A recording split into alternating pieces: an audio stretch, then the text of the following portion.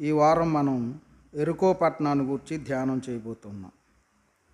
ఎరుకో పట్టణం ఇది బైబిల్ గ్రంథమందు ఇంచుమించుగా 62 సార్లు రాయబడింది ఈ పట్టణం గురించి. ఎరుకో పట్టణం ప్రాచీన పట్టణాలలో ఒక ముఖ్యమైన పట్టణం.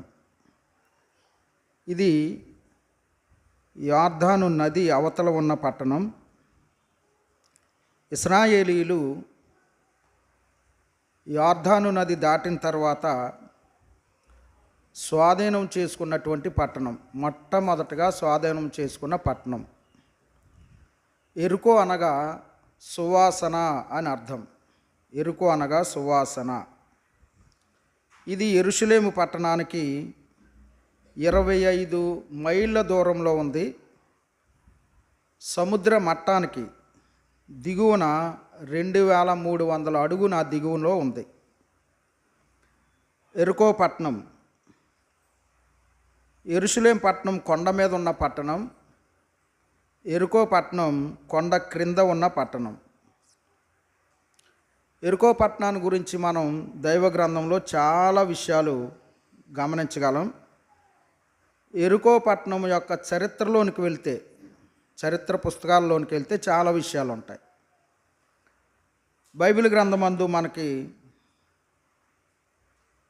రాయబడిన తెలియబడిన సంగతులలో ఎరుకో పట్టణం ఒక ప్రాకారము గల పట్టణం. దాని చుట్టూ చాలా పెద్ద ప్రాకారమే ఉంది. భద్రత కలిగిన పట్టణం. ఎంత పెద్ద ప్రాకారం అంటే ఆ ప్రాకారం మీదే చిన్న చిన్న ఇల్లులు కట్టుకుని నివాసం చేయగలిగినంత పెద్ద దట్టమైన లేక బలమైన పునాదులు కలిగిన ప్రాకారం. ఈ పట్టణంలో మన ప్రభు అయిన యేసుక్రీస్తు వారు కూడా సేవ చేసిన సంగతులు మనం చూస్తాం. ఈ పట్టణం ఐశ్వర్యవంతమైన పట్టణం. దీని ఐశ్వర్యానికి మూలం ఏదంటే వ్యవసాయం. ఆ పట్టణంలో వ్యవసాయం బాగా జరుగుతుంది. ఈ పట్టణంలో గులాబీ చెట్లు, ఈత చెట్లు అంటే ఖర్జూరపు చెట్లు ఎక్కువగా పండేటువంటి పట్టణం.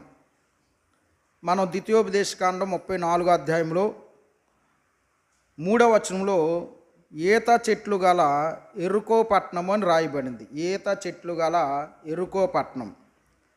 ఎందుచేతంటే అక్కడ ఈ ఈత చెట్లు, ఖర్జూరపు చెట్లు చాలా ఎక్కువగా కనిపిస్తూ ఉంటాయి.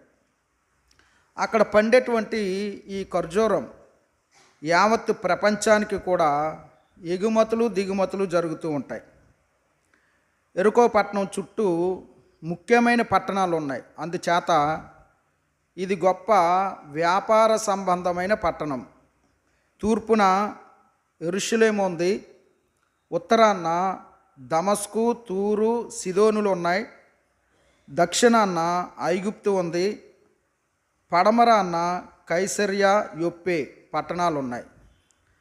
కనుక దీని చుట్టూ ఉన్నటువంటి ఈ పట్టణాల వలన ఇది గొప్ప వ్యాపార సంబంధాలు కలిగిన పట్టణం.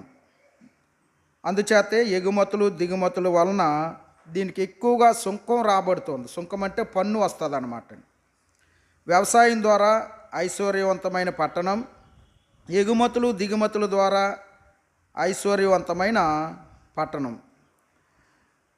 ఇక్కడ పాత నిబంధనలో ప్రవక్తల పాఠశాల కూడా ఉంది. రాజుల 2వ గ్రంథం 2వ అధ్యాయం 5వ వచనంలో మనం ఆ మాట గమనిస్తాం. అలాగే ప్రవక్త అయిన ఏలియా ఎరుకో పట్టణం నుంచి ఆరోహణం చేయబడ్డాడు. అది కూడా రాజుల 2వ గ్రంథం 2వ అధ్యాయంలో మనం గమనిస్తాం. అలాగే ఇప్పుడు మనం చదువుకున్న ద్వితీయోపదేశకాండం 34వ అధ్యాయంలో మోషే చనిపోయిన పర్వతం ఎరుకో పట్టణమునకు ఎదురుగానే ఉంది. దాని పేరు నెబో శిఖరము అన్నాడు. నెబో శిఖరం మీద. అది ఎక్కడ ఉందంటే మోయాబు మైదానమునందు ఎరుకో ఎదుట ఉన్నటువంటి పిస్గా కొండ వరకు పోయి అన్నాడు. అక్కడ నెబో శిఖరం మీదకి ఎక్కి మోషే వాగ్దాన దేశాన్ని అంతటిని చూచి ఆ తరువాత ఆ స్థలమందు అతడు మృతి పొందినట్లు మనకి 34 అధ్యాయంలో రాయబడి ఉంది. మోషే చనిపోయిన స్థలం, ఏలియా ఆరోహణమైన స్థలం, మన ప్రభు అయిన యేసుక్రీస్తు వారు సేవ చేసిన స్థలం, భర్తిమయ్య అనే గుడ్డివాడు అక్కడే స్వస్థత పొందినవాడు ఆ పట్టణస్థుడే. మీకు అందరికీ తెలిసిన ఒక అతను తెలుసు, ఎవరైనా మీకు అందరికీ తెలిసిన ఆయన ఒక ఆయన, మనందరికీ తెలిసిన ఆయన జక్కయ్య, పొట్టి జక్కయ్య ఆ పట్టణస్థుడే. అక్కడే ఉండి అతడు పన్ను వసూలు చేసే ఉద్యోగం కలిగిన వాడు.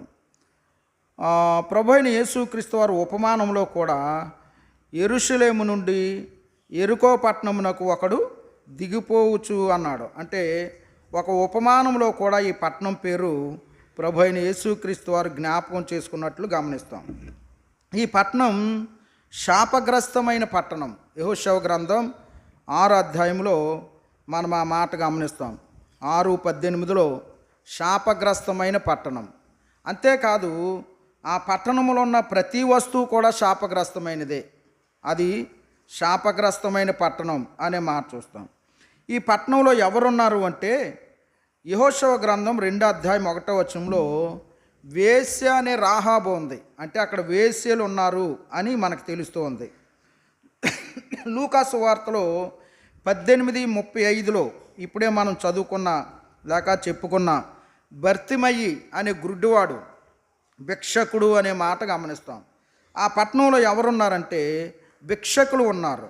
ఆ పట్టణంలో పాపులు ఉన్నారు. ఇప్పుడే మనం చెప్పుకున్నట్టు లూకా సువార్త 19 అధ్యాయం 7వ వచనంలో జక్కయ్యను గూర్చి మనుషులు అంటారు, పాపి అయిన ఈ మనుషుడి దగ్గరికి యేసు ప్రభు బస చేయవెలుచున్నాడే అన్నారు. పాపులు ఉన్నారు.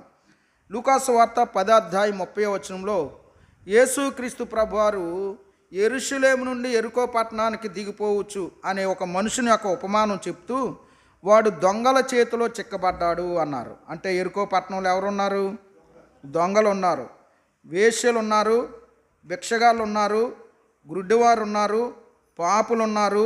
ఆ పట్టణంలో దొంగలు ఉన్నారు అనే మాట చూస్తాం. ఈ పట్టణంలో బాసాము అనే ఒక తోట ఉంటుందండి. ఈ తోట ఆ పట్టణంలో ప్రసిద్ధిగాంచిన తోట. ఈ తోటలో నుండి వచ్చినటువంటి సువాసన మైళ్ళ దూరం వెదజల్లుతుంది. అందుచేత ఈ పట్టణానికి సువాసన అనే పేరు రావడం మనం గమనిస్తున్నాం. సువాసన. అందుకనే యెరికో అంటే